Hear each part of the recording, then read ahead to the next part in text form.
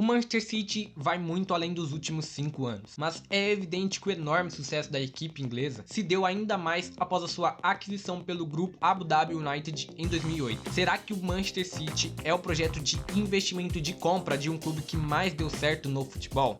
O início desse grande clube inglês acontece em 1880, em meio à Revolução Industrial na paróquia St. Marcos, em Gorton, no leste da zona industrial de Manchester. A princípio, o clube foi denominado St. Mark's, que em 87 mudou o nome para Ardwick Association Football Club e em 1894 para Manchester City, como forma de representar toda a cidade da Inglaterra. O City venceu seu primeiro título em 1898, sendo campeão da segunda divisão, fato que entrou para a história do time e da cidade, pois pela primeira vez um time da cidade de Manchester chegaria na elite do futebol inglês. 6 anos depois, contra o Bolton, o Manchester City conquistou a FA Cup, seu primeiro troféu mais relevante até então. Um fato importante é que a Copa da Inglaterra é a competição mais antiga do futebol, tendo início na temporada 1871 e é a segunda competição mais importante do futebol inglês. Após alguns anos sem levantar uma taça mais relevante, o clube consegue a incrível façanha do título do campeonato inglês e da Supercopa da Inglaterra na temporada 1936-37. Os anos 90 marcaram de forma negativa na história dos Citizens. No primeiro ano da Premier League, o clube terminou na 9ª colocação. Longe das expectativas, em 96, o City é rebaixado para a segunda divisão, mas a tragédia maior foi na temporada seguinte, quando acabaram caindo para a 3ª divisão da Inglaterra, algo que nunca havia acontecido até então na história da equipe. A redenção veio no ano de 99, no jogo épico contra o Gillingham. Citizens conseguiram levar a partida para os pênaltis após saírem perdendo por 2 gols e foram vitoriosos. Esse grande feito trouxe de volta a equipe para a segunda divisão.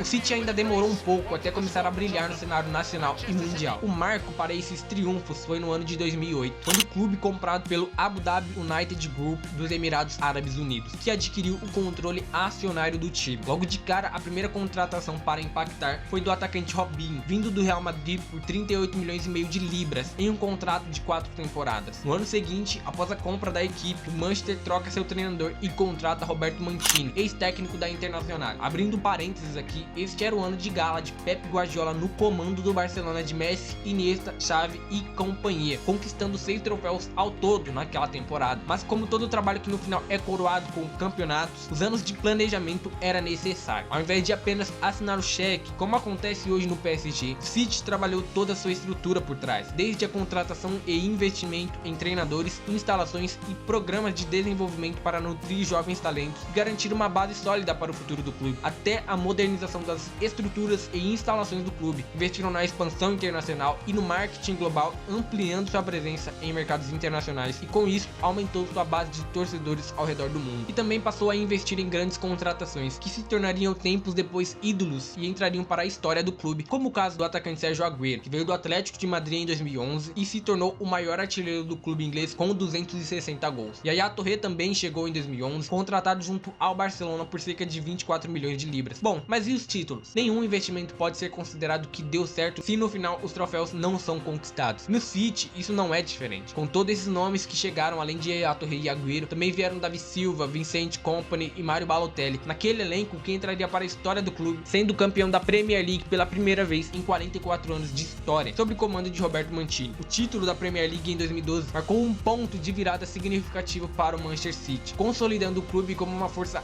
dominante no futebol inglês. Antes da chegada do que seria o rosto do projeto Manchester City, os ingleses conquistaram a Copa da Liga no mesmo mês em que havia anunciado a chegada de Pep Guardiola, que assumiria a equipe na metade do ano e início da temporada 16-17. Para comandar a mudança dentro de campo, o ex-treinador do Bayern de Munique e Barcelona, o espanhol Guardiola, que para muitos revolucionou a forma de jogar, era o escolhido para ser treinador dos Citizens e começaria ali os anos de glória e o início do retorno de todo o investimento que foi feito no Manchester City. As primeiras contratações da era Guardiola foram Ilkay Gundogan, vindo do Borussia Dortmund em junho de 2016, e Leroy Sané do Schalke. Gabriel Jesus, Kyle Walker, Mendy, Ederson e Bernardo Silva chegariam meses depois. Logo em sua primeira temporada comandando a equipe, terminou em 3º colocado na Premier League e na temporada seguinte já conquistou seu primeiro título com a camisa dos Citizens, a Carabao Cup, que veio junto com a coroação da Premier League meses depois, com quebra de recorde na competição com 106 gols marcados e apenas 27 sofridos. De lá pra cá, a história só aumenta. A cada ano, o City melhora o nível do seu futebol, sai jogador, entra jogador e Pep Guardiola consegue transformá-lo em um papel fundamental dentro da equipe. Sucesso fora da Inglaterra é algo que todos acreditam que virá e que é apenas questão de tempo. Guardiola conquistou a principal competição da Europa, com o Barcelona sendo campeão em 2 ocasiões, 2008 e 2010. A Liga dos Campeões é a coroação máxima para um clube de futebol europeu. Diferente do Paris Saint-Germain, os Citizens estão mais ligados a um planejamento a longo prazo. Claro que o Guardiola deu certo desde o início, mas o City não pensava em demitir o treinador quando um resultado não vinha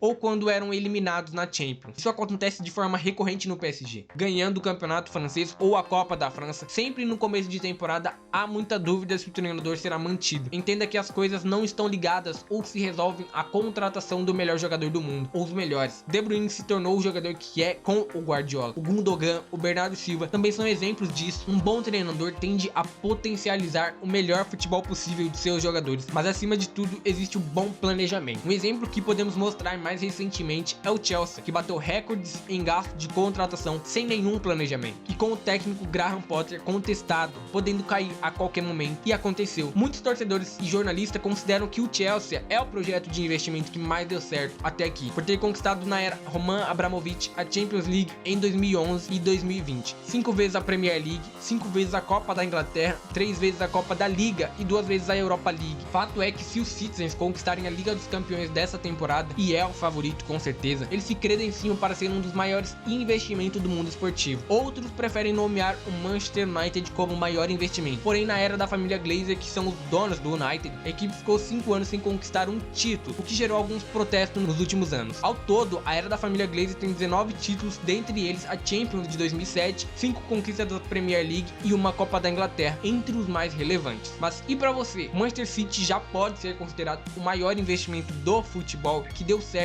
ou que mais vem dando certo, ou o clube com maior potencial de ter uma hegemonia na Inglaterra e na Europa nos próximos anos?